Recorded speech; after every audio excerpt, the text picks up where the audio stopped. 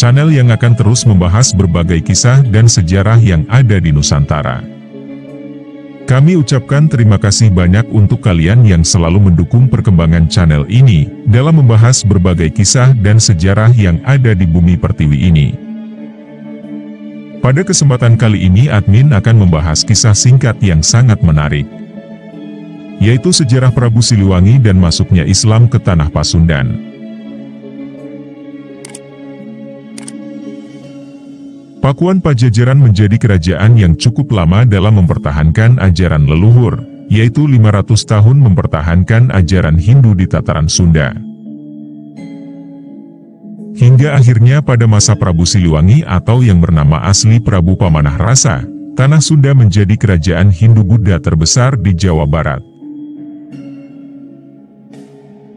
Namun kuatnya pengaruh Prabu Siliwangi di tanah Sunda tetap saja tidak menjamin ajaran Hindu akan bertahan lama. Islam masuk dan bersatu dengan kehidupan masyarakat mengganti kepercayaan Sang Hyang, sehingga masyarakat Sunda saat ini identik dengan Islam. Tiar Anwar Bahtiar dalam artikelnya, Islamisasi Tatar Sunda yang berjudul Perspektif Sejarah dan Kebudayaan, menulis jika membicarakan Islam di Tatar Sunda, wilayah yang dimaksud adalah wilayah yang saat ini menjadi Provinsi Jawa Barat, DKI Jakarta, dan Banten. Mengutip Nina Herlina dan kawan-kawan dalam Sejarah Tatar Sunda, Tiar menyebut orang Islam pertama kali di wilayah Sunda adalah Haji Purwa atau Bratalegawa. Ia merupakan putra kedua Prabu Guru Pangandiparamarta Jayadewa Brata, atau Sang Bunisora, penguasa kerajaan Galuh kala itu. Ia memilih menjadi saudagar yang berdagang lintas negara. Melalui pernikahan dengan seorang muslimah, ia lalu menjadi muslim dan digelari Haji Baharudin. Dalam buku Peradaban Jejak Arkeologis dan Historis Islam di Indonesia, karya Hasan Muarif Ambari disebutkan, terdapat sumber naskah Cirebon misalnya Babat Cirebon yang mengungkapkan hal tersebut. Naskah itu diteliti dan diterbitkan Ringkes dan J.C. Brandes. Di Jawa Barat, dalam penelitian Ringkes dan J.C. Brandes soal Babat Cirebon disebutkan, terdapat dua tempat penting yang menjadi pusat penyebaran Islam ke Jawa Barat. Kedua wilayah itu adalah Kuro, yaitu Karawang, dan Gunung Jati, yaitu Pasambangan, Cirebon. Jika dirunut secara kronologis, daerah Kuro berfungsi sebagai pusat penyebaran Islam lebih awal jika dibandingkan dengan wilayah Gunung Jati. Kota-kota pelabuhan, seperti Cirebon, Banten, dan Sunda Kalapa, menjadi bagian penting masuknya Islam pada masa kerajaan Sunda. Ketiganya menjadi akses interaksi perdagangan dengan berbagai negara, termasuk Cina, Arab, dan India.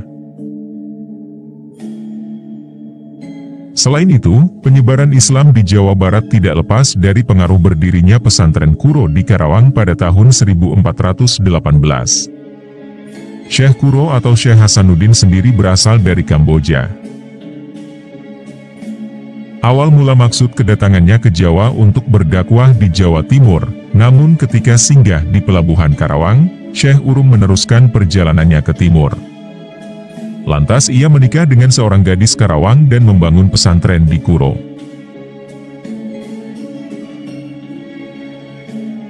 Seperti juga Sunda Kalapa, ketika itu Karawang termasuk wilayah kerajaan Pajajaran yang dipimpin Prabu Siliwangi.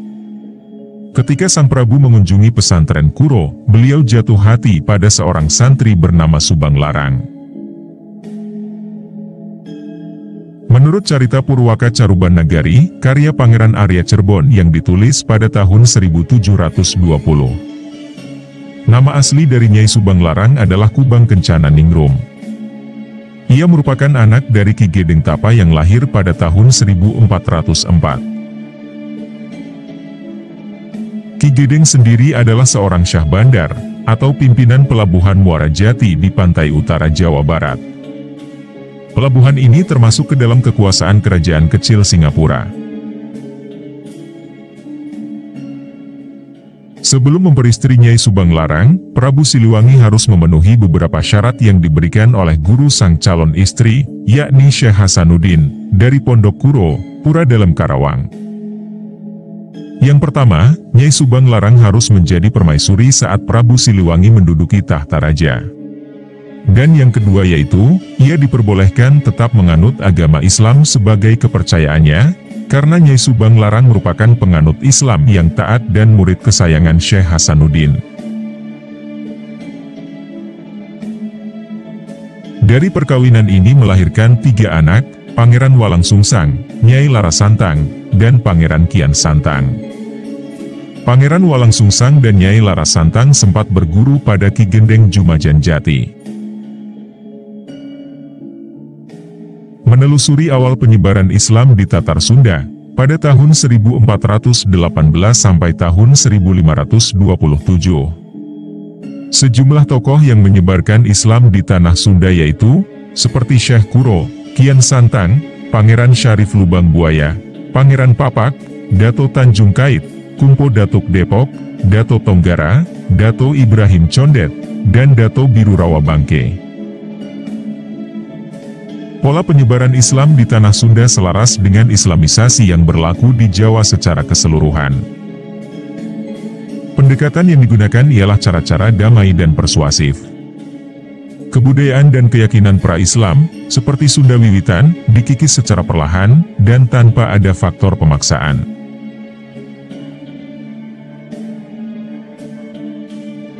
Mengutip Dadan Wildan dalam bukunya, Perjumpaan Islam dengan Tradisi Sunda, membuktikan Islamisasi yang gencar di tanah Pasundan ketika itu, tidak memaksakan komunitas Baduy Desa Kanekes Kecamatan Leuwi Damar Kabupaten Lebak. Mereka tetap bertahan dengan ajaran warisan leluhurnya, yakni Sunda Wiwitan.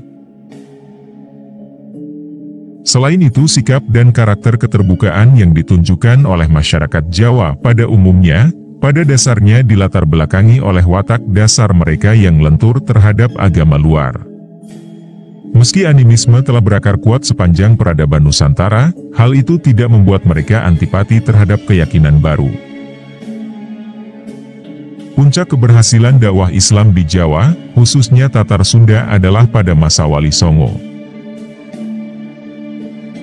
Di Tatar Sunda, anggota Wali Songo yang menjadi penyebar Islam tersohor, bahkan sampai berhasil mendirikan kerajaan Islam di Cirebon dan Banten adalah Syarif Hidayatullah atau Sunan Gunung Jati.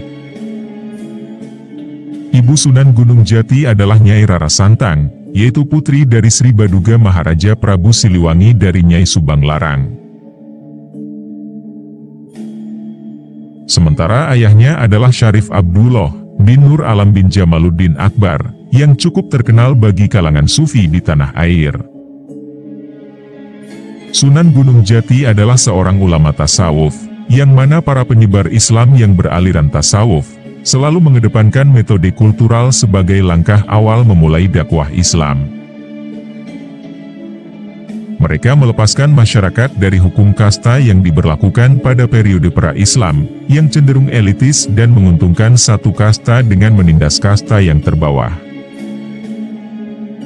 Beliau juga mampu masuk kepada lapisan masyarakat bawah yang masih pekat terhadap kepercayaan yang telah lalu.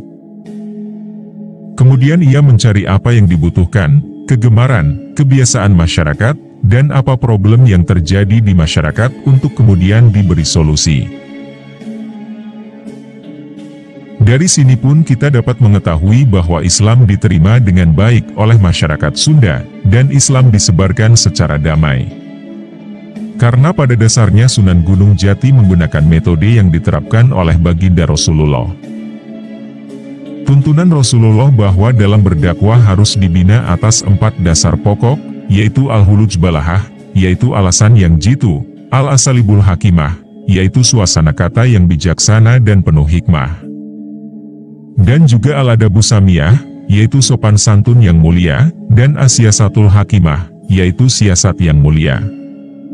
Tidak hanya Sunan Gunung Jati, semua wali pun menggunakan metode yang sama. Itulah pembahasan kali ini yang dapat admin bahas dan semoga bisa menambah sedikit wawasan sejarah untuk kalian semua.